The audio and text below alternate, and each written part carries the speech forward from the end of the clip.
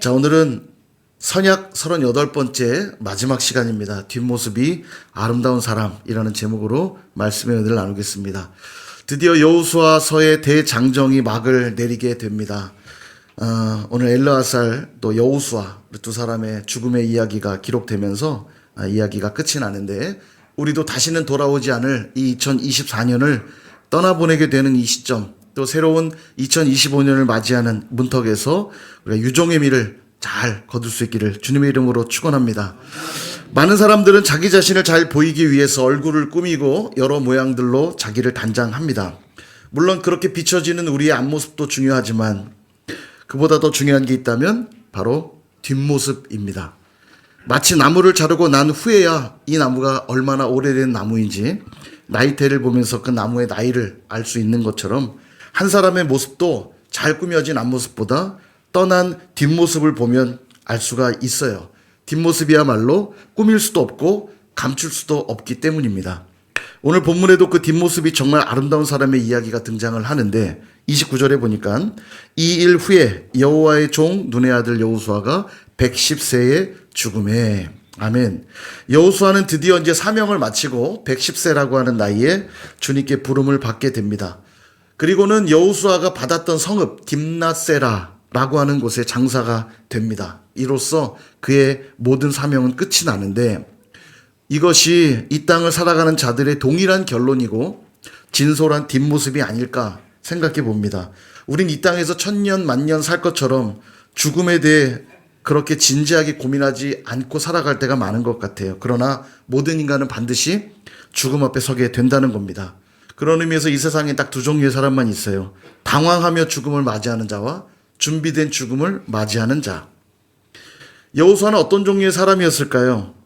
아까 보신 29절에 보니까 이 일 후에라고 시작하잖아요. 이 일 후에. 이 말은 앞선 모든 주님 주신 사명을 잘 감당을 하고 죽음을 맞이했다는 뜻이죠. 그런 의미에서 여호수아는 죽음을 준비했던 사람이라고 말할 수 있을 겁니다. 우리도 그런 마지막을 맞이하기 위해서, 저번에도 강조드렸지만 죽는 순간이 중요한 게 아닙니다. 그런 은혜로운 죽음을 맞이하기 위해서는 오늘을 어떻게 사느냐가 중요하다고 말씀을 드렸죠. 왜냐하면 합격 발표가 나는 날은 이미 끝난 시간이지 그제서야 뭔가 준비할 수 있는 건 아니기 때문입니다. 그러므로 아름다운 마지막을 위해서는 바로 오늘을 준비해야만 됩니다. 나는 누구인가? 나는 누구에게 속한 자인가? 나는 어디에서 와서 어디로 가는 자인가? 이것이 오늘 선명해져야만 마지막 순간 주님이 부르실 때 부끄러움도 아쉬움도 없이 감사하며 그 부르심에 반응할 수 있는 것입니다. 여호수아의 마지막 순간을 보면서 조금 독특한 장면이 있다는 걸 발견하게 되는데, 창세기 50장을 가보면 야곱이 죽음을 맞을 때, 당시 요셉이 총리였잖아요. 총리의 아버지가 죽었다는 일로 거창한 장례식을 치릅니다. 7일 동안 애통하는 소리가 들렸는데 그 울음이 얼마나 컸던지 사람들이 말하기를 아벨 미스라임, 애굽 사람의 큰 애통이다, 이런 말로 부를 만큼 엄청 거창한 장례식을 치른 것을 보게 되고요. 아론이 죽을 때에도 많은 사람들이 30일간 애곡했고, 모세가 죽을 때도 30일간 애곡했다, 그렇게 기록을 하고 있습니다. 자, 그럼 여호수아의 오늘 장사되는 이야기를 다시 한번 볼까요? 30절.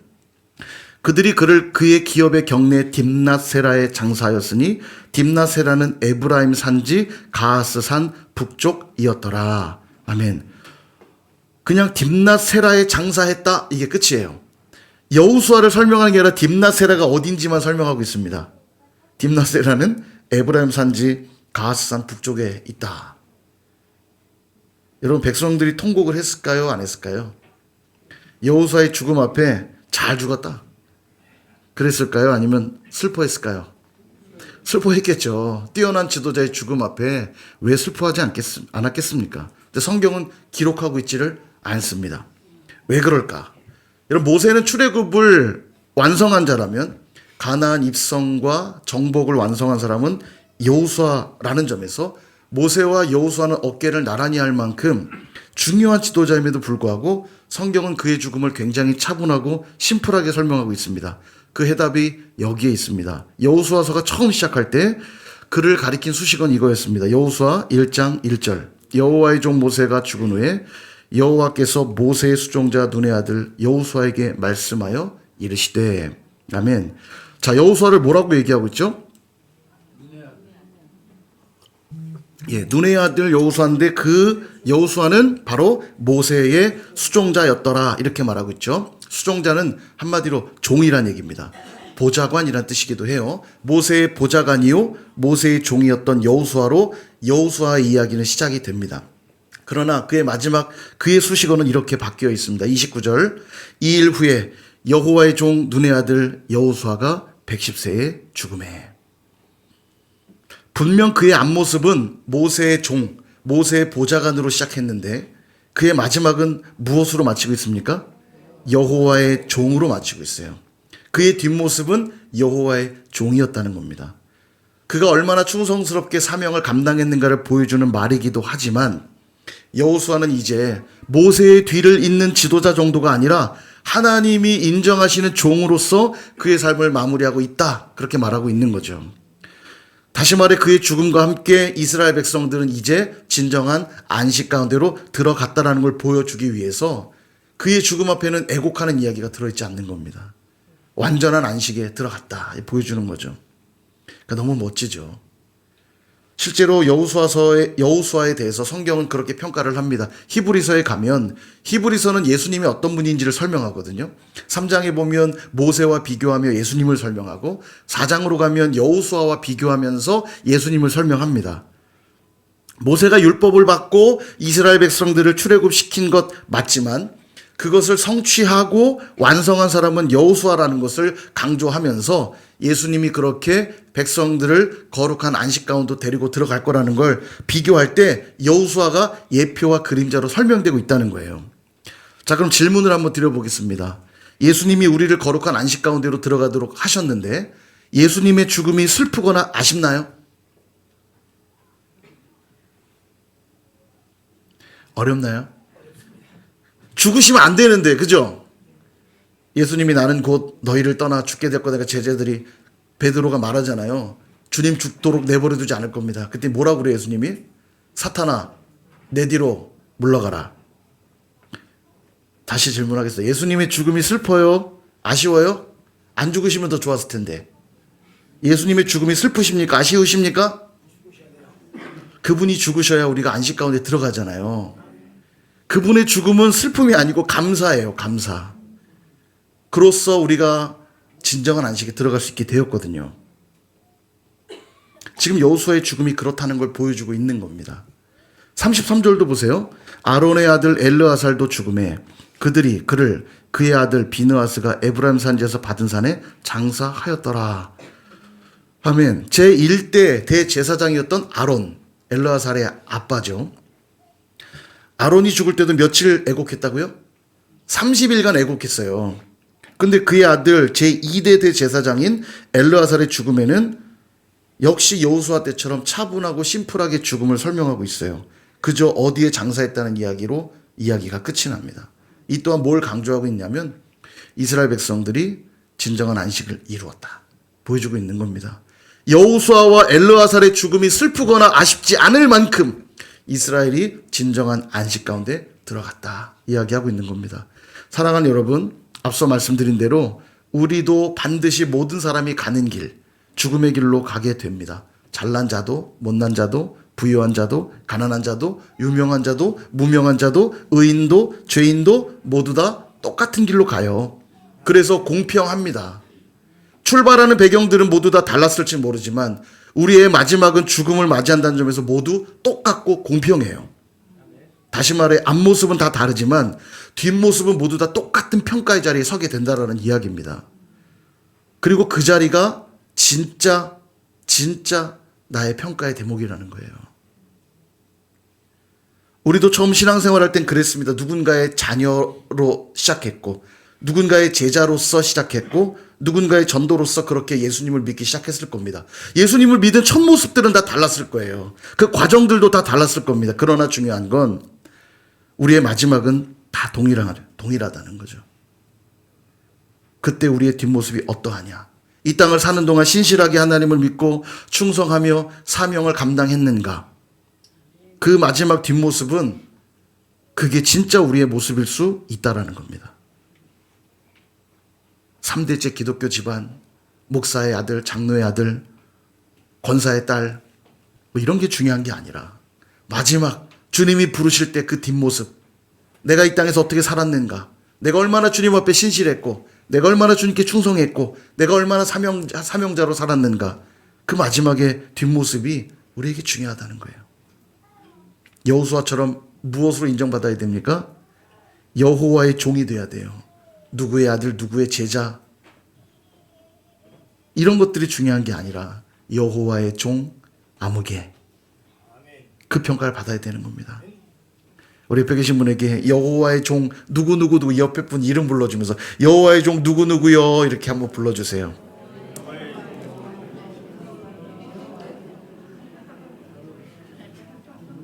이게 우리가 마지막에 들어야 될 평가의 대목인 줄 믿습니다.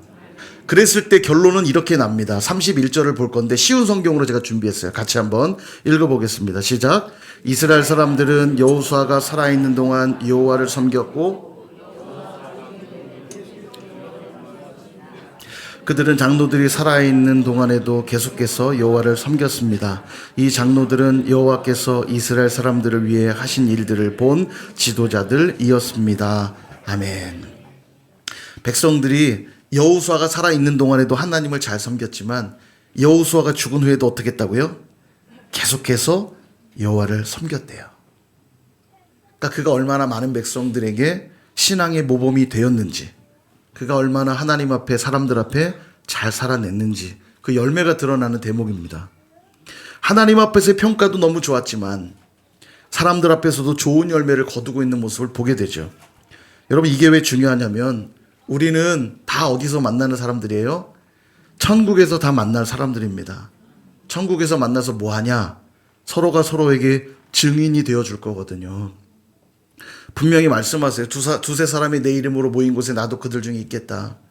두세 사람의 의미는 증인의 표시라고 말씀을 드렸죠. 예수님이 함께 하시는 그 두세 사람은 증인들입니다. 증인들. 어떤 일이 사실로 확증되기 위해 반드시 2명과 3명의 동일한 증거가 있어야 돼요. 그러니까 우리가 천국에 가서 하나님과 함께하는 그 자리에 내 옆에 있는 지체들은 어떤 존재로 내 옆에 있냐면 증인들로 있는 거예요. 증인들. 근데 만약 그때 그 사람이 야 진짜 저 사람 별로였어요. 저 사람 때문에 내가 시험 든 적이 한두 번이 아니에요. 진짜. 그러면 안 되겠죠? 저 사람은 정말 믿음의 사람이에요. 제가 보증합니다. 저분 덕분에 제가 말씀대로 살 수 있었어요. 저분 덕분에 제가 지치고 힘들 때 다시 힘을 얻어 주님 섬길 수 있었어요. 주님, 저 사람 정말 찐이에요. 정말 예수님 사랑하는 사람이에요. 저 사람이 있어서 신앙생활 할 때 제가 너무 행복했어요. 이 깊은 탄식 소리는 뭡니까? 우리 선일교회는 그런 사람들입니까? 서로에게 열매가 되어주는 사람, 증인이 되어주는 사람들인가요? 그럴 수 있기를 축복합니다. 그럼 어떻게 살아야 하나님 앞에서도 사람들 앞에서도 좋은 평가를 받을 수 있을까? 이게 중요하겠죠? 어떻게 보면 간단합니다. 우리의 마지막 종착점이 어딘지만 알면 돼요. 마지막 우리의 본향이 어딘지를 잊지 않으면 됩니다. 목표점만 정확히 알면 흔들리긴 할지언정, 넘어지긴 할지언정 절대로 엉뚱한 길로 가진 않거든요. 보세요. 32절. 또 이스라엘 자손이 애굽에서 가져온 요셉의 뼈를 세겜에 32절 없나요? 예. 자, 또 이스라엘 자손이 애굽에서 가져온 요셉의 뼈를 세겜에 장사하였으니 이곳은 야곱이 베크시타를 주고 세겜의 아버지 하몰의 자손들에게서 산 밭이라. 그것이 요셉 자손의 기업이 되었더라. 아멘. 지금 여호수아의 죽음과 함께 뭐가 기록되어 있냐면 요셉의 뼈를 장사했다라는 말씀이 기록되어 있어요. 분명 요셉의 뼈와 여호수아의 죽음이 연관이 있다는 얘기죠. 여호수아의 삶과 연관이 있다는 겁니다. 자, 그러면 과거로 좀 돌아가 보고 도대체 왜 갑자기 여기서 요셉의 뼈가 나오냐는 거죠. 요셉은 지금 동시대 사람 아니에요. 훨씬 옛날 분입니다. 도대체 요셉의 뼈가 왜 여기서 장사되고 있냐는 거죠. 요셉이 언제 죽었냐면 요셉이 총리로 있던 시절에 애굽에서 야곱과 그의 형제들 총 70명이 애굽에 내려와 고센 땅에 정착하여 살기 시작합니다. 그리고 요셉은 110세가 될 때 죽게 되죠. 죽으면서 요셉이 이런 유언을 남깁니다. 창세기 50장 25절. 요셉이 또 이스라엘 자손에게 맹세시켜 이르기를 하나님이 반드시 당신들을 돌보시리니 당신들은 여기서 내 해골을 메고 올라가겠다 하라 하였더라. 아멘. 자, 요셉이 죽으면서 유언을 남기기를 하나님이 당신들을 돌보시리니, 즉 약속대로 당신을 반드시 약속의 땅으로 돌아가게 하실 것이니 그때 내 해골을 메고 올라가 주십시오. 이렇게 말하고 있어요. 요셉은 하나님의 약속을 분명히 믿었고 이스라엘 백성들 모두가 이 약속을 잊지 않기를 바라면서 유언을 남겼을 겁니다. 그리고 나서 요셉을 알지 못하는 애굽의 왕이 나오기 시작하자 이스라엘 백성들이 노예 생활을 시작하죠. 그 시간이 430년이라고 기록합니다. 400년 정도라고 생각하면 얼마나 옛날일까요? 계산해 보면 2024년이니까 1624년쯤 되겠죠? 제가 검색을 해봤어요. 1624년에 도대체 무슨 일이 있었을까? 보니까 조선시대인데 인조 2년이고요. 이괄의 난이 있었대요. 이괄이 누군지도 모르겠어요. 이괄의 난 들어보셨어요? 예, 이괄의 난이라는 게 있었대요. 400년이 얼마나 옛날인지 설명해 드리고 싶었는데 설명할 길이 없네요. 한마디로 그냥 진짜 옛날이에요. 더듬을 수 없을 만큼. 인조 아세요? 인조? 예. 인조 시대래요. 인조 2년. 굉장히 오래된 시간인데 그 400년 정도 시간이 지나고 나서 하나님의 은혜로 출애굽을 하게 되죠. 그때 지도자였던 모세가 출애굽기 13장을 보면 요셉의 뼈를 들고 나왔다 이렇게 기록하고 있습니다. 그러니까 400년 동안 요셉의 유언을 계속 잘 받들고 있던 거죠. 잊지 않은 거예요. 대가 건너가면서도 이 유언은 지워지지 않았습니다. 그리고 40년간 광야 생활을 하죠. 그 험난한 광야를 돌아다니면서도 요셉의 뼈를 잘 모셨어요. 도대체 이 뼈가 뭐라고? 이 뼈가 뭐라고 그 힘든 시간들을 보내면서도 열심히 가지고 다닌 겁니다. 그리고 가나안 땅에 들어왔어요. 험난한 정복 전쟁을 하고 땅 분배 작업을 마칠 때까지도 요셉의 유골은 그들에게 있었던 거예요. 이스라엘 백성들은 거의 500년 가까운 시간을 요셉의 유골을 들고 다니면서 무슨 생각을 했을까요, 도대체? 무슨 생각했을 것 같으세요? 하나님은 반드시 우리를 약속의 땅에 들이시고 정착하게 하실 것이다. 그 약속 믿었으니까 요 유골을 들고 다닌 거 아니에요? 마지막 유언은 내 해골을 메고 올라가라 였으니까요. 그리고 마침내 정복을 마치고 여호수아와 엘르아사를 장사하면서 요셉의 유언대로 요셉의 뼈도 세겜 땅에 장사하고 있는 것입니다. 이게 엄청난 거예요. 500년이 넘는 시간 동안에 그 유언을 잊지 않았다는 거. 이는 여호수아가 조금의 흔들림도 없이 하나님과 사람들 앞에 신실하게 살아갈 수 있었던 것이 바로 이 요셉의 뼈, 곧 하나님의 약속과 사명이 그에게 있었기 때문이라는 걸 상징적으로 보여주고 있는 겁니다. 오늘 저와 여러분들에게도 바로 그런 요셉의 뼈가 필요해요.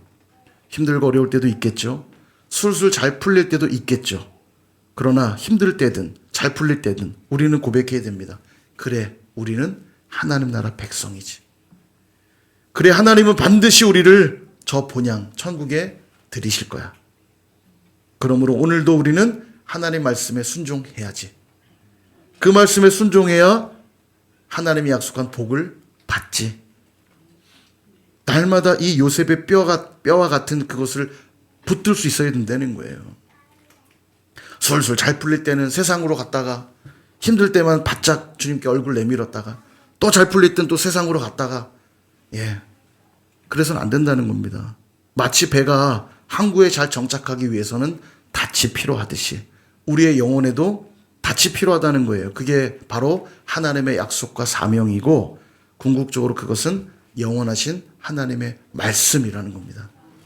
영원하신 그 하나님의 말씀, 이보다 더 확실하게 우리를 하나님 나라에 머물 수 있도록 붙들어주는 닻이 있을까요? 500년만이 아니라 1000년이 지나고 10,000년이 지나도 우리를 영원한 하나님 나라에 붙들어주는 게 무엇이겠습니까? 돈일까요? 명예일까요? 건강일까요? 아닙니다. 바로 이것입니다. 베드로전서 1장 24절에서 25절 같이 한번 읽어보겠습니다. 시작. 그러므로 모든 육체는 풀과 같고 그 모든 영광은 풀의 꽃과 같으니 풀은 마르고 꽃은 떨어지되 오직 주의 말씀은 세세토록 있도다 하였으니 너희에게 전한 복음이 곧 이 말씀이니라. 아멘. 이 말씀이 있을 때 우리 영혼은 하나님 나라의 닷과 같이 우리를 붙들어 주시는 거예요. 말씀을 정리합니다. 오늘 우리는 2024년 마지막 주일 예배를 드리고 있습니다. 올 한해는 무엇에 집중한 한 해셨습니까? 아니, 무엇에 휘둘린 한 해였습니까? 우리는 비상하고 비상하라라는 주제로 한 해를 시작하였습니다. 하나님의 비상한 방법이 아니면 우리는 날아오를 수 없는데 그렇게 여러분 비상하는 한 해였습니까? 하늘 높이 날아오르는 한 해였나요? 우리를 비상한 방법으로 비상하게 할 수 있는 것은 오직 하나님의 말씀뿐인 줄 믿습니다. 그 약속의 말씀이 있는 자는 마치 여호수아가 모세의 종으로 출발했지만 그 마지막은 여호와의 종으로 평안하게 마칠 수 있었던 것처럼 마지막까지 흔들리지 않는 신실한 하나님의 사람으로 살아가게 될 줄로 믿습니다. 사랑하는 여러분, 그러기 위해서 다시 한번 우리 삶을 돌아볼 수 있기를 바랍니다. 나의 소속이 어딘지, 나의 상관이 누군지, 나의 집 주소가 어디인지, 나의 개인 금고가 어디에 있는지, 바라기는 이런 것들을 자꾸 이 땅에서 찾지 마시고 하나님 나라에서 확인할 수 있기를 축복합니다. 뒷모습이야말로 억지로 만들어낼 수 없는 나의 진실한 모습이거든요. 그러므로 이 땅에서 자꾸 더 싸우려고 하지 마시고 하나님 나라에 더 싸울 수 있기를 축복합니다. 그것이 사람의 종이 아닌 하나님의 종으로 살아가는 자들의 모습인 줄 믿습니다. 남은 2024년 또 다가올 2025년에도 요셉의 뼈보다도 더 확실하고 더 분명한 그 하나님의 말씀을 통해서 뒷모습이 아름다운 사람들로 살아가실 수 있기를 주님의 이름으로 축원합니다.